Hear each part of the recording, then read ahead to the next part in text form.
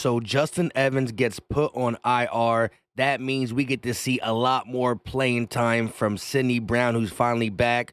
Chinn rumors heating up big time. Could he be on his way to Philly? Plus, the Jets could be facing some injuries at the cornerback position. Does that mean it's finally Devonta Smith's turn? And last but not least, we know the Jets are going to try to run on us, but how are they going to do it? What is going on, everybody? I go by Philly Mike, and this is the Philly Talk Podcast, and today we got a lot to get into, but before we do that, Eagle Nation, can I ask y'all for a favor? Help your boy out, hit that like, subscribe if you are new, and turn on that notification bell. That lets you know when we drop these videos, go live, or put out the YouTube shorts. And don't forget about the jersey giveaway on October 29th. So the news broke yesterday. I was at a carnival/fair with the family, but it looks like both Carter and Saleh will miss the game versus the Jets. Nick Sirianni spoke about it a little bit. Ian Rappaport reported. However, it's pretty darn good that both these players are back for the Miami Dolphins game. We can't overlook the Jets, but it's good to get them back for a juggernaut offense. Speaking of the Jets, Robert Saleh did talk about 11 kisses as it pertains to if Jalen Hurts takes the ball up the middle on a brotherly shove. But if the quarterback carries the ball, we got to give him 11 kisses and just figure out a way to do that. So. But Philly Mike ain't the only one who remembered the 11 kisses talk when Fletch was asked about stopping their dynamic running back, Breece Hall. Listen to what he had to say. Breece Hall in particular, he's pretty explosive back. What's the key? Making sure that he stays contained. We got to go kiss him 11 times. Put 11 helmets on him. See, some things that might not mean something to us mean something to the players. It's all bulletin board material, and we thought we weren't going to need one because the Jets never beat us, and we're the better team. But with all the injuries, Saleh, Carter, let's not forget that Justin Evans is out too. That's three pieces on the defense that play meaningful roles. The one glimmer of hope that we can get from this game going forward is that Sidney Brown plays a legit role over a guy like Terrell Edmonds at the safety and or nickel. And then when we get healthy, he is now a focal point in this defense. I need to see Saleh, Bradbury, Roby, Reed, Brown, and Evans rotating. Brown rotate out of safety to nickel, nickel to safety, but I need to see the young boy playing at a high level. Last time we seen him was that Bucks game, and it was only 12 snaps, but they were beautifully executed both at the nickel and safety position. It's also worth mentioning that Eli Ricks had the second most snaps at the slot last week with 13 snaps versus the Rams.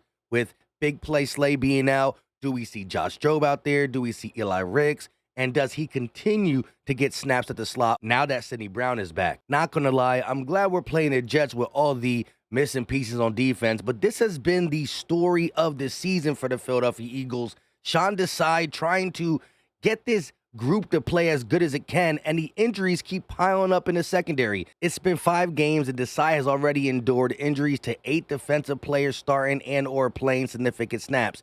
Dean, Saleh, Bradbury, Maddox, Fletch, Carter, Blankenship, Evans. Tough start when you're trying to implement continuity to a new defense. Shout out to Thomas R. Peterson for the tweet. But we've been saying that every single episode of the Philly Talk Podcast. All the secondary, even Dean, mix match pieces. How do you get this defense to play to its potential with all the injuries? But through all that, we've seen some high moments. We've seen some, this defense is going to be legit. I'm talking secondary, linebacker, and pass rush play. It hasn't been consistent due to the injuries, but with all that going on, we're still 5-0. And again, how good could this defense be? I think the sky's the limit. We haven't seen it yet, but it's better to be playing your best football in December, in January, than be playing great football in September, October. If you can sustain it, cool. But injuries are serious. As for the Chinn stuff to Philly, according to Albert Breer, Carolina is making Chinn available for trade. Let's not forget, the Eagles were reportedly considering Jalen Hurts and Chinn with the 53rd overall pick in 2020 NFL Draft. I've also seen other sources say that the Eagles are inquiring. Again, some of these sources are not big names and not trustworthy, but let's just look at the facts. We got Howie Roseman as a GM. he calls and acquires about every player that is available, let alone a player that we liked, that we wanted, and a player that could help out this team tremendously at a position we are nicked up at. So I believe the sources. Meanwhile, the Panthers were only using Jeremy Chinn for a career low 55% of the defensive snaps. He's never played less than 91% of the defensive snaps in a single season. This is one of the moves that I think will just be perfect. It's a Howie Roseman special. He is a young player that if he does what he needs to do, you can pay to play alongside of Reed Blankenship. He also has experience with Hassan Reddick, right? They were both on the same team for a little bit in Carolina. All that being said, I know a lot of people believe in Sidney Brown, but he's versatile. He can play the nickel. Who knows what goes on with Avonte Maddox after the contract? So what if it came down to the new safety and secondary in the future looks like Reed, Chinn, and Brown at slot if we end up moving on from Avonte Maddox? I'm just saying, you never know in this league. You can never have too many pieces rushing the passer and too many pieces in the secondary. It's a quarterback passing league. How do you stop quarterbacks? You sack them. How do you stop passes? DBs, safeties in the back. I will say, though, Chinn is my preference, but Justin Simmons, who is available as well, would not look bad in midnight green. I mean, you've seen him pick off Patrick Mahomes Monday night. The dude's a playmaker, too, just playing for a bad defense. I would prefer Chinn, right, because I liked him since the 2020 draft. However, Chinn, Simmons, get them on the Eagles. I think that the money will not be a big deal for Simmons. I know if you look at his contract, it's big.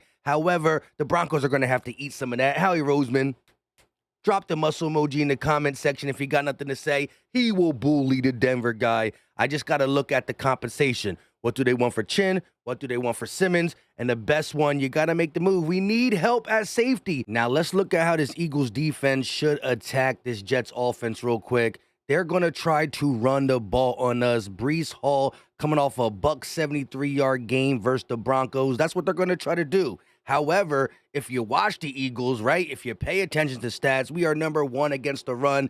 This back is probably one of the better backs we've played, but if that is their sole source of beating us, it's going to be tough. The linebackers, the defensive line, they tackle, even our secondary tackles. Look for the Jets to try to throw the ball, right? I know that's their preference, run the ball. But once we stop that, they're going to have to pass it. They might come in a little bit more pass heavy due to Saleh being out. We already lost Devonta Maddox, Justin Evans out, and we're just getting Sidney Brown back off a hamstring. But look for the Jets to try to take advantage of that. But their bread and butter is the run game. And do you really want Zach Wilson to be dropping the back 30-plus times against this pass rush? I know no Jalen Carter, but Hassan Reddick starting to feel himself. Josh Sweat, we should get Fletch back. I need Wilson out there seeing ghost. Now, flipping it over to the offensive side, the Jets do have a nice pass rush. They blitz at the perfect time, right? They're not a blitz-heavy team, but they do blitz at the perfect time. And when they send their blitzes, they rely on guys like Sauce Gardner to cover their man. And we talked about DJ Reed is a lockdown corner too. He might be out. So if it's only Sauce, well then, who's going to eat via the pass? Is it Dallas Goedert? Again, like he did versus the Rams, we talked about them giving up yards to the tight end. And what do we see? A big game from Dallas Goedert. So do the Jets.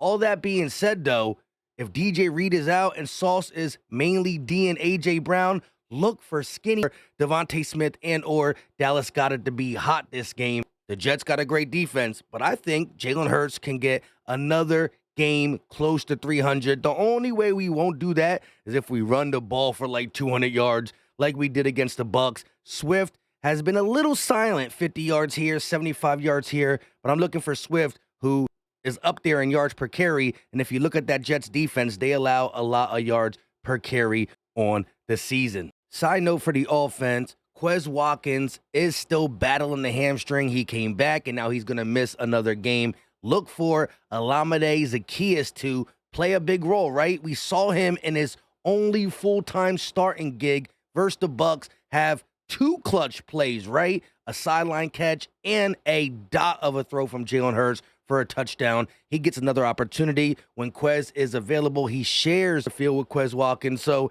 at the end of the day, the Eagles have enough on offense to beat up on this really good defense. And if the Eagles defense, although banged up, can stop the run and make Zach Wilson be who he really is, that vaunted defense for the Jets will get tired, just like the Cowboys did to them. And I see us, winning this game comfortably. I'm glad, though, going back to the beginning, that Slay and Carter should be good for Week 7. With all that said, let me know your thoughts in the comment section, Eagle Nation. Go get the merch. The link will be in the description, and you can find it in the pinned comment section. Also, we will be live for the game tomorrow. And remember, jersey giveaway October 29th. Every Super Chat dollar gives you one entry for the jersey giveaway on October 29th. At the end of the day, y'all give me a bunch of Super Chats just to say what up, for me to take shots. So I thought I'd give something back to the people who always are supporting. Hit that like button, subscribe if you are new, turn on the bell so you're a part of the gang. I got to trim this beard up for the game tomorrow, I think. Let me know your thoughts. We out.